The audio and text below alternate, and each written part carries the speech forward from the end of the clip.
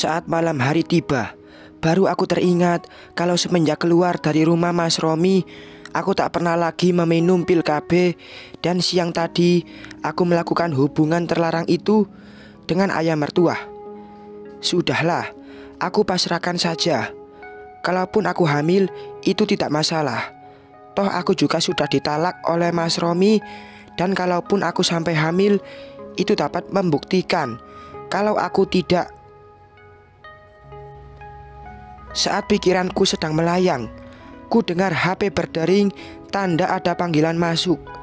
Kulihat nama yang tertera di layar HP bertuliskan Dini adikku. Ku hela nafas panjang dan ku geser warna hijau, tanda menjawab panggilan tersebut. Ada apa, Din? Tanpa basa-basi aku langsung bertanya. Jujur, hatiku masih sakit dengan kata-katanya tempo hari. Ngapain kakak tadi datang ke rumah? Dini pun langsung bertanya dengan nada suara yang kurang enak didengar. Memangnya salah jika aku mengunjungi rumah orang tuaku? Aku pun tak mau lagi memakai perasaan saat berbicara dengan Dini. Jika tidak, dia akan semakin besar kepala dan menginjak-injak aku. Aku tidak melarang, tapi tolong jangan biarkan orang tua kita tahu tentang perbuatan kakak. Suara Dini sedikit melunak. Tenang saja, aku tahu apa yang aku lakukan. Maaf, tapi aku sedang sibuk dan tak ingin diganggu. Tanpa menunggu jawaban dari Dini, langsung kumatikan panggilan telepon tersebut. Sebulan lebih sudah berlalu. Aku jalani hari seperti biasanya. Tak ada yang berubah. Aku belum pernah pergi lagi ke rumah orang tuaku. Aku masih sibuk dengan proses perceraianku. Tak ku ketahui kabar ibu mertua, Mas Romi, Tari dan Rani. Untuk sementara aku tak mau berhubungan dengan mereka. Aku mau buat seolah hilang kabar dan tiba-tiba muncul sebagai calon madu ibu mertua dan calon ibu baru bagi Mas Romi dan Rani. Semenjak aku ditalak oleh Mas Romi, tak ada lagi orang yang membuntuti aku. Saat ini, aku sedang duduk dengan santai di teras rumah Citra, memandangi bunga-bunga yang indah di halamannya. HP-ku berbunyi, ada panggilan masuk dari pengacaraku. Saat ku menjawab telepon tersebut, pengacaraku menyampaikan bahwa surat ceraiku sudah ada di tangannya dan beliau akan mengantarnya. Tapi aku tak mau, biar aku yang akan pergi untuk mengambilnya. Aku takkan lagi memanggil ayah Mas Romi dengan sebutan ayah mertua, karena dia sudah bukan mertuaku lagi.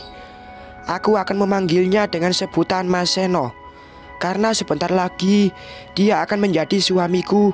Dan aku juga tak akan memanggil ibu Mas Romi dengan sebutan ibu mertua lagi, tapi akan kupanggil dengan sebutan Mbak Wanda, karena sebentar lagi dia akan menjadi kakak maduku. Ku hubungi Mas Seno untuk menemaniku ke kantor pengacara, dan Mas Seno pun mengiyakan. Sambil menunggu kedatangan Mas Seno, aku kembali ke kamar dan bersiap-siap. Kamu kenapa? Kok pucat gitu? Belum siap ya berpisah sama Romi? Mas Seno bertanya sambil memegang tanganku saat kami dalam perjalanan menuju ke kantor pengacaraku. Nggak apa-apa, hanya sudah seminggu ini aku nggak enak badan saja. Jangan banyak pikiran. Aku janji secepatnya kita akan menikah. Terima kasih Mas, karena kamu tidak mengingkari janjimu. Bahagiaku adalah bersamamu. Aku akan melakukan apapun untuk tetap bisa bersamamu. Tak terasa kami sudah tiba di kantor pengacaraku. Kami langsung menemui beliau di ruangannya. Beliau langsung menyerahkan surat ceraiku. Aku pun langsung mengambilnya dan menyimpan di dalam tas. Ku simpan amplop di atas meja kerja pengacaraku sebagai bayarannya. Ku ucapkan terima kasih dan tak lupa Mas Seno juga melakukan hal yang sama. Kami pun berpamitan pulang. Saat aku akan bangun berdiri, ku rasakan kepalaku sangat pusing dan semuanya terlihat gelap. Setelah itu, aku tak tahu apa-apa lagi. Saat aku tersadar, kulihat aku berada di ruangan yang serba putih dan ada selang infus di tanganku. Aku sendiri di ruangan ini, yang aku yakini ini adalah ruangan rumah sakit. Tak kulihat siapapun di sini, termasuk Mas Seno. "Kamu sudah sadar, sayang?" Mas Seno yang membuka pintu ruangan pun langsung bertanya. "Kamu dari mana saja, Mas? Dan kenapa aku ada di sini?" "Aku dari ruangan dokter, sayang," jawabnya sambil tersenyum dan mengambil tanganku serta menciuminya. "Apa aku sakit keras, Mas?" "Tidak, sayang, kamu tidak sakit. Terima kasih ya, sayang. Kamu sudah membuat aku menjadi laki-laki yang sempurna," ucapnya penuh bahagia. "Terima kasih.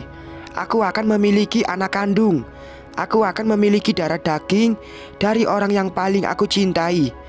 Terima kasih sudah mau mengandung anakku," lanjut Mas Seno lagi. Ucapan Mas Seno kali ini disertai dengan lelehan air mata, tapi yang kulihat ini merupakan air mata bahagia. Dek, jantungku berpacu sangat cepat. Aku hamil. Memang selama sebulan lebih ini aku dan Mas Seno rutin melakukannya. Apalagi aku tak meminum pil KB itu lagi. "Mulai sekarang kamu jangan terlalu banyak gerak dulu. Kamu harus banyak istirahat dan kamu tidak boleh banyak beban pikiran. Itu tak baik untuk kesehatanmu dan calon bayi kita," ucap Mas Seno lagi membuyarkan lamunanku. Aku hanya melihatnya dan mengangguk sambil tersenyum. Jujur aku masih belum bisa berkata-kata untuk saat ini. Aku masih memikirkan kedua orang tuaku, tapi ini adalah pilihanku. Saat aku sudah merasa lebih enakan nanti, aku akan mengunjungi mereka sebelum perutku membesar. Mungkin itu akan menjadi kunjunganku yang terakhir. "Kamu kenapa, sayang?" "Sudah dibilang, jangan banyak pikiran. Itu tidak baik," Mas Seno berkata dengan sangat lembut. "Kapan aku bisa pulang, Mas?" Aku tak menjawab pertanyaannya, tapi malah bertanya balik. "Kata dokter, nanti setelah cairan infusi ini habis." "Sudah berapa usia kandunganku?" "Sudah seminggu lebih. Lebih tepatnya 10 hari." "Mas, gimana kalau perut aku semakin membesar?" "Kamu tenang aja, Mas akan segera menikahmu. Kamu harus cepat pulih supaya kita bisa mempersiapkan pernikahan kita. Aku mau malam ini juga Mas perkenalkan aku sebagai calon istri Mas di depan keluarga Mas." "Oke, baiklah sayang. Jika itu bisa membuatmu bahagia dan tidak terlalu banyak pikiran, Mas setuju." Aku langsung memeluk Mas Seno dan mengucapkan terima kasih. Melihat Mas Seno seperti ini, aku yakin bahwa apapun keinginanku pasti akan dituruti. Apalagi saat ini aku tengah mengandung. Setelah melepas pelukan, Mas Seno memintaku untuk tidur saja. Tapi sebelum itu, Mas Seno menanyakan kemana aku akan pulang. Aku jawab saja ke rumah Ratna.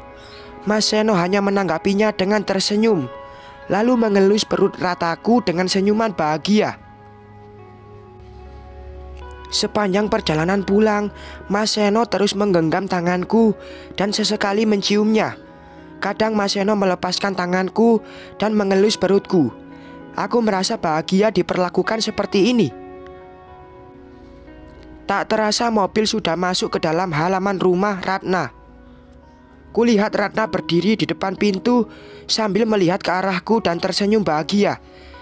Saat aku sudah berada di depan Ratna, Ratna langsung memelukku dan memberikan ucapan selamat. Kabar bahagia itu harus diumumkan, bukan untuk disembunyikan. Mas Seno langsung berucap saat melihatku. Aku yang melirik ke arahnya. Kami pun langsung masuk ke dalam dan duduk. Tak lama datang 3 orang wanita yang tak ku kenal. Aku melihat ke arah Ratna dan Mas Seno secara bergantian. Akhirnya Mas Seno yang memperkenalkan mereka padaku. Mereka adalah Ana, perawat yang akan selalu memastikan kalau aku meminum obat dan vitamin tepat waktu, serta memeriksa kandungan gizi dalam segala makan dan minumanku. Lalu ada Lili yang akan menyiapkan segala keperluanku, tanpa terkecuali. Yang terakhir, umurnya sedikit lebih tua, namanya Bik Nani. Dia yang akan bantu-bantu di sini. Aku merasa ini sangat berlebihan sehingga langsung kutolak mentah-mentah. Tapi Mas Seno tak mau.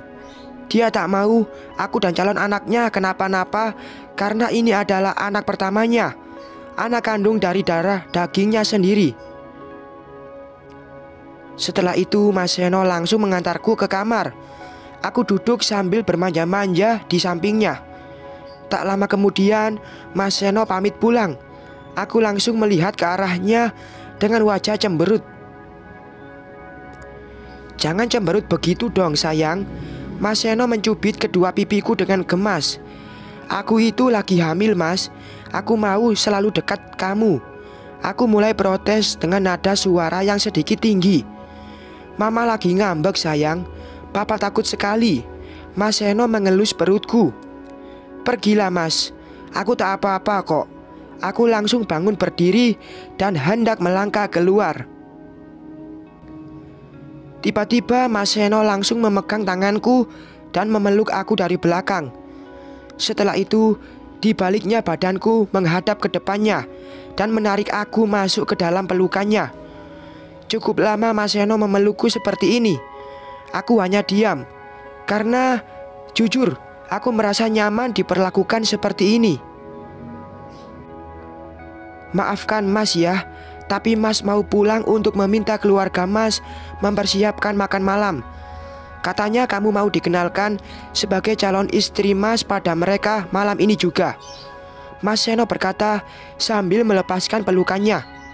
Aku langsung tersenyum puas mendengar perkataan Mas Seno. Akhirnya yang kutunggu-tunggu akan segera terjadi. Aku sudah tak sabar melihat ekspresi mereka. "Sampai nanti malam ya." "Baiklah Mas, silakan pergi. Aku minta maaf karena aku tak tahu apa yang kamu rencanakan." Sambil merangkul mesra tangan Mas Seno. "Iya, gak apa-apa. Mas juga ngerti. Tadi kata dokter, Mas harus banyak bersabar menghadapi kamu karena ibu hamil itu moodnya cepat berubah-ubah dan sangat sensitif." Mas Seno pun mencubit hidungku. Akhirnya aku biarkan Mas Seno pergi. Setelah mengantarkan Mas Seno sampai ke depan dan Mas Seno pergi, aku pun langsung menuju ke kamar Ratna. Tak sabar untuk menceritakan semuanya. Bersambung.